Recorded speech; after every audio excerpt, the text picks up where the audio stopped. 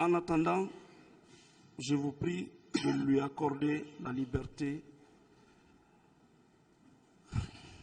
jusqu'à la fin de la procédure. C'est une demande? Si possible, oui. Est-ce que c'est une demande? Oui, si vous me permettez. Je n'ai pas refusé parce que vous avez fini. C'est pourquoi je vous demande si c'est une demande. J'ai terminé. Voilà. C'est une demande. Oui, je voulais formuler une demande. Allez-y alors. Merci, Monsieur le Président. Très rapidement, le colonel Kalonzo, il ressort de son interrogatoire à la barre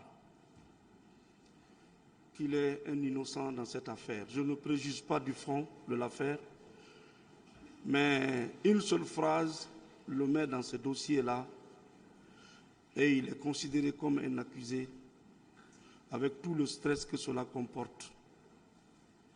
Il a complètement fondu. C'est un gendarme qui a été bien formé à coups de millions, francs guinéens, qui n'a pas sa place dans cette salle, mais ailleurs. Vous les parquetiers ici présents sont très sages. J'ai eu la chance de les pratiquer. Je suis sûr qu'ils donneront leur avis favorable. Ils donneront leur avis favorable pour les avoir connus avant aujourd'hui. Très attaché à l'état et à la liberté, Monsieur le Président. Messieurs les assesseurs, excusez-moi de vous regarder. Lui, il mérite d'être en liberté en attendant que ce témoin-là, qui est bien posté à Doubreka, puisse venir rapporter la preuve de ses déclarations contre lui. Et ces déclarations-là se contredisent en elles-mêmes, Monsieur le Président. En le libérant, la procédure ne sera pas entravée. Elle va continuer sa course normale, Monsieur le Président. Donc, en application, je crois, des dispositions du Code de procédure pénale en la matière, notamment l'article 244 et suivant, 247 également, je vous prie d'accepter qu'il soit remis en liberté et il s'engage à être là tous les jours à 8 heures et à rentrer chez lui après la suspension de l'audience. Il n'ira nulle part.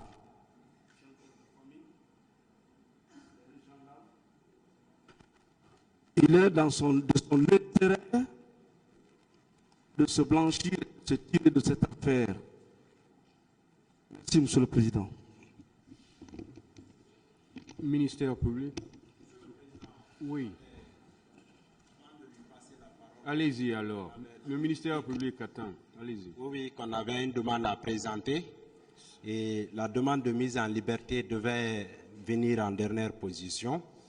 Conformément aux dispositions de l'article 422 du Code de procédure pénale, vous constaterez que notre client, M. Ibrahima Kamaradi Kalonzo, a cité des personnes comme témoins qui l'ont vu, qui sont allés leur rendre visite au PM3. Et dans ce dossier de la procédure, il estime que la déposition de ces personnes-là pourrait être décisive pour, en tout cas, non seulement éclairer la religion du tribunal quant à la véracité de ce qu'il dit, mais également pour la manifestation de la vérité. C'est pourquoi, Monsieur le Président, vous constaterez que ne connaissant pas la procédure et formalité en matière criminelle, puisqu'il n'était pas assisté d'un conseil, il n'a pas pu assigner ou faire la notification à ces témoins, malgré le fait qu'il les avait cités devant le pool des juges d'instruction. C'est pourquoi, en application de l'article 422 du Code de procédure pénale, Monsieur le Président, qui dispose Les témoins appelés par le ministère public ou les partis sont entendus dans le débat, même s'ils n'ont pas déposé à l'instruction ou s'ils n'ont pas été assignés ou notifiés conformément aux prescriptions de l'article 390.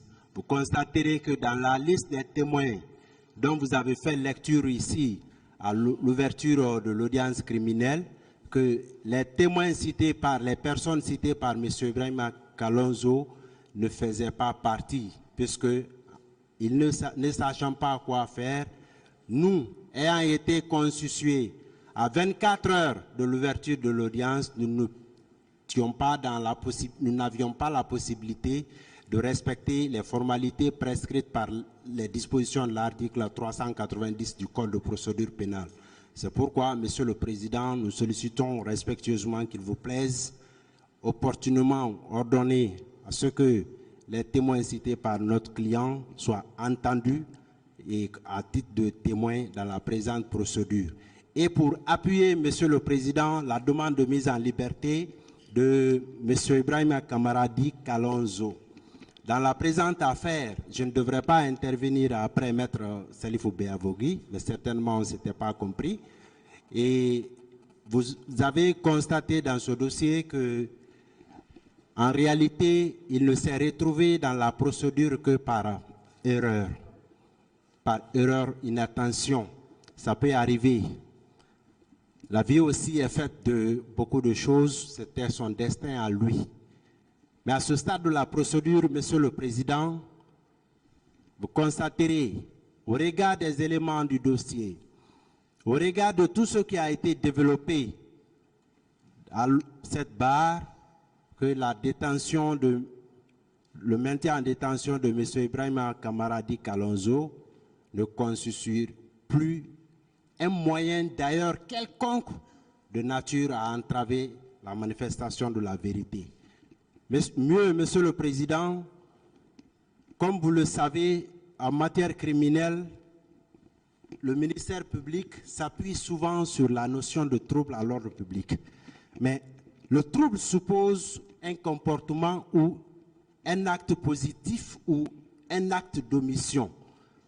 En ce qui concerne les événements du 28 septembre, Monsieur le Président, vous relèverez dans la présente procédure, au regard des éléments versés au dossier de la procédure, que M. Ibrahima Kalonzo n'a posé aucun acte de nature à troubler l'ordre public, encore moins, il ne s'est abstenu de poser un quelconque acte susceptible d'entraîner un quelconque trouble à l'ordre public. Nous estimons donc qu'avec ces éléments, son maintien en détention ne saurait nullement se justifier par une quelconque nécessité de maintien de l'ordre public.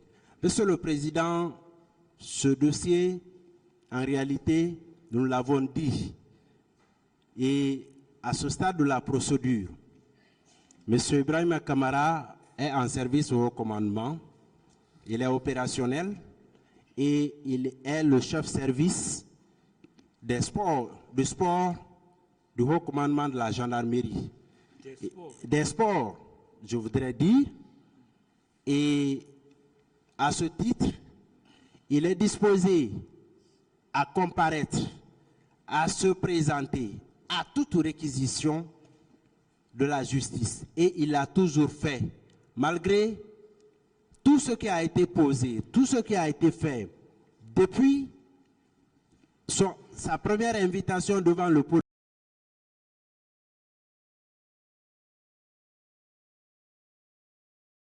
Qu'il vous plaise, puisque vous avez une mission aussi de justice.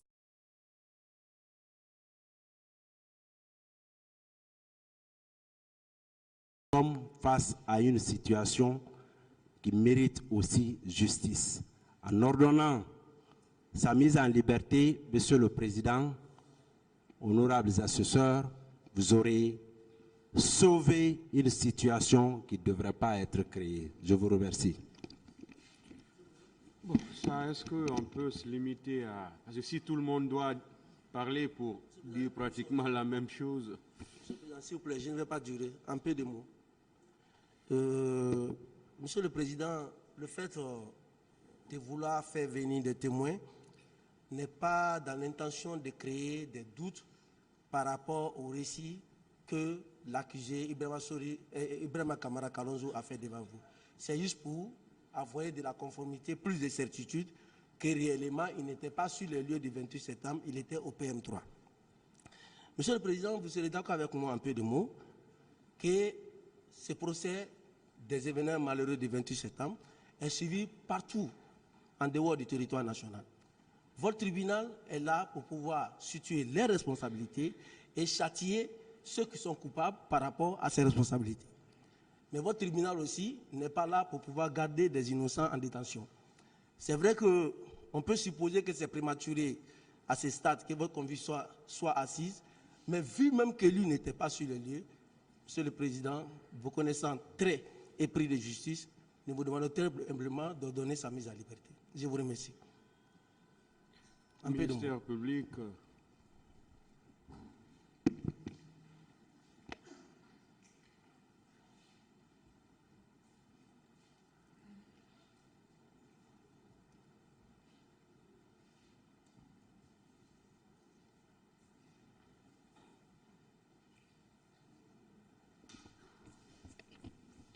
Sur les deux demandes.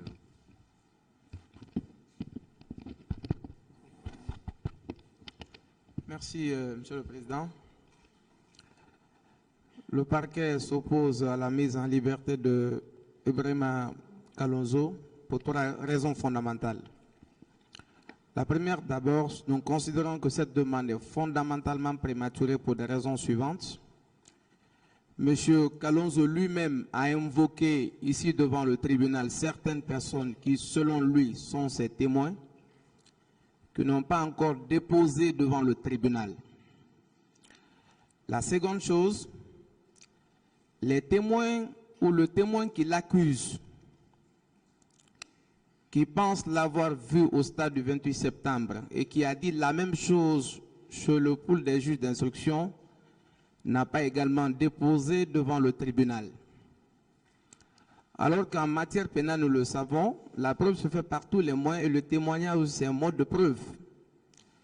Les dispositions de l'article 497 du Code de procédure pénale, Monsieur le Président, vous dit que la preuve se fait par tous les moyens et le juge décide selon son intime conviction. C'est sa parole, c'est l'accusé qui dit ne pas être au stade, comme tout le monde, comme tous ceux qui ont défilé ici.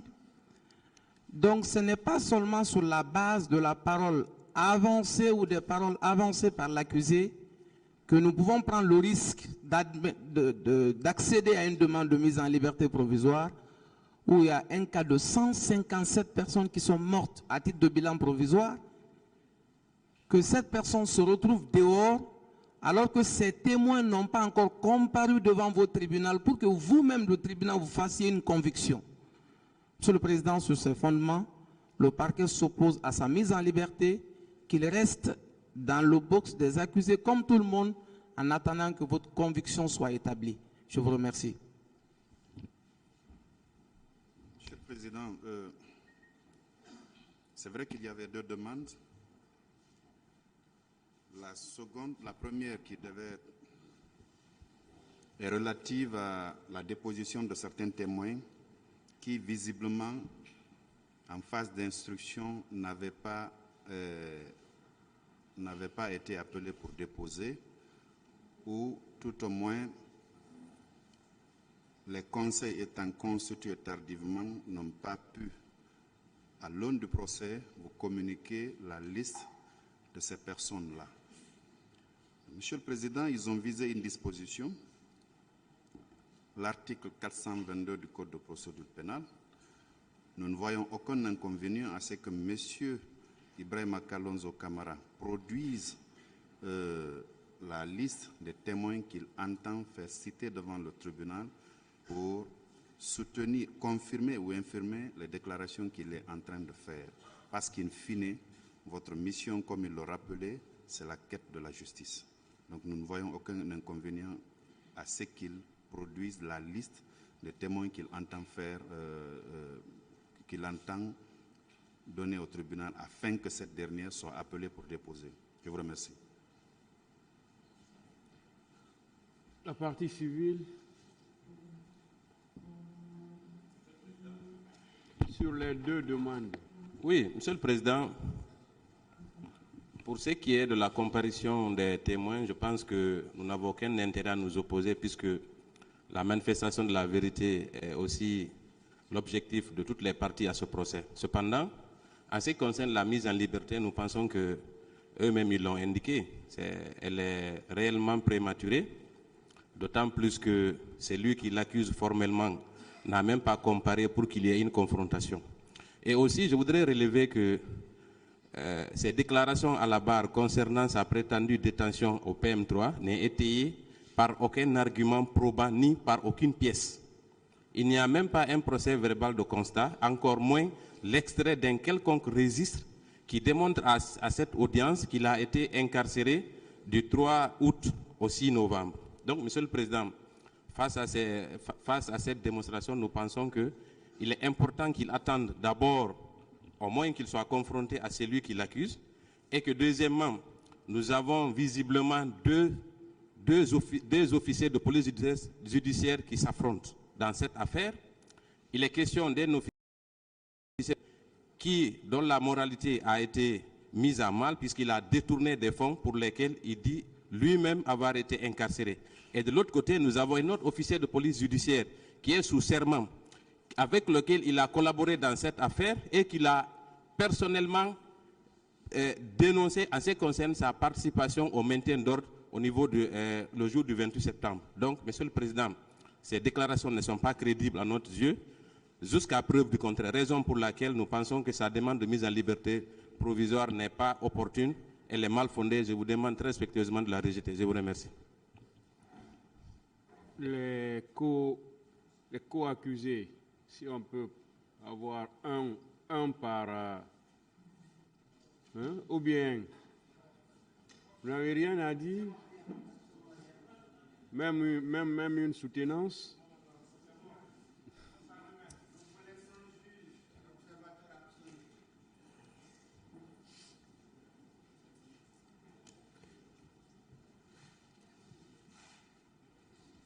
Le tribunal va décider.